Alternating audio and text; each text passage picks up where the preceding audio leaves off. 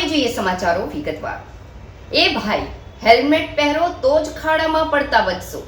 Police દ્વારા શરૂ થયેલ ટ્રાફિક ડ્રાઈવનું નવું સૂત્ર સામે આવ્યું છે। પોલીસ દ્વારા હેલ્મેટના પહેરનાર વાહન ચાલકોને સચેત કરતા સોશિયલ મીડિયા પર રમૂજ સૂત્રો વહેતા થયા છે। પોલીસના ટ્રાફિક નિયમનના દંડનીય કાર્યવાહી પહેલા માર્ગો દુરસ્તીકરણ પર પણ કટાક્ષ એ બંને તંત્રની નબળાઈ દર્શાવી રહી છે। માર્ગના ખાડા જીવલેણ તો પોલીસનો દંડ ખિસ્સા ખાલી કરતો અને માત્ર ડ્રાઈવ પૂરતો જ જોવા મળી રહ્યો છે।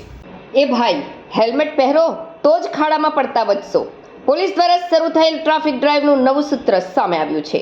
પોલીસ દ્વારા હેલ્મેટ ન પહેરનાર વાહન ચાલકોને સચેત કરતા સોશિયલ મીડિયા પર રમૂજ સૂત્રો વહેતા થયા છે। પોલીસના ટ્રાફિક નિયમનના દંડનીય કાર્યવાહી પહેલા માર્ગો દુરસ્તીકરણ પણ કટાક્ષ એ બંને તંત્રની નબળાઈ દર્શાવી રહી છે।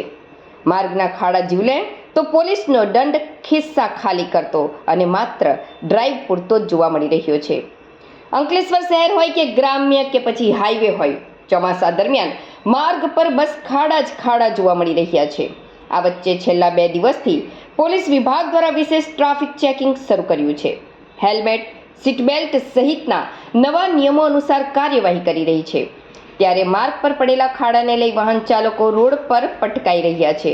આ વચ્ચે પોલીસની ટ્રાફિક ડ્રાઈવ દરમિયાન કેટલાક સોશિયલ મીડિયા તિકડમબાજો દ્વારા પોલીસ દાદા જાણે વાહન ચાલકોને હેલ્મેટ કેમ પહેરવું તેના માટે સમજાવતા હોય એમ હેલ્મેટ પહેરો નહીં તો રોડના ખાડામાં પડશો તો માથા ફૂટશે અને પોલીસનો દંડ પણ ભરવો પડશે।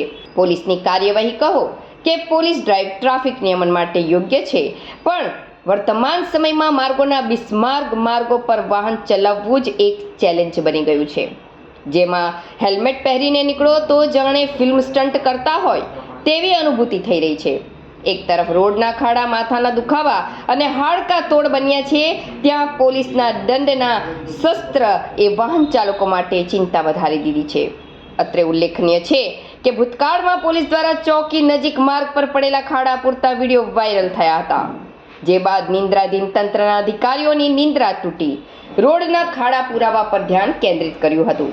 આ વચ્ચે પુનઃ એકવાર સોશિયલ મીડિયા રમૂજ કહો કે પછી લોકમુખની ચર્ચા કહો, પણ જે સૂત્ર વહેતું થયું છે તેમાં ભલે કટાક્ષ હોય, પણ એ વાત ચોક્કસ છે કે પહેલા માર્ગ દુરસ્ત કરવો પછી દંડ વસૂલો, બાકી તો બિસ્માર્ગ માર્ગ એ લોકો હોસ્પિટલ અને ગેરેજના ખર્ચા વધારી દીધા છે।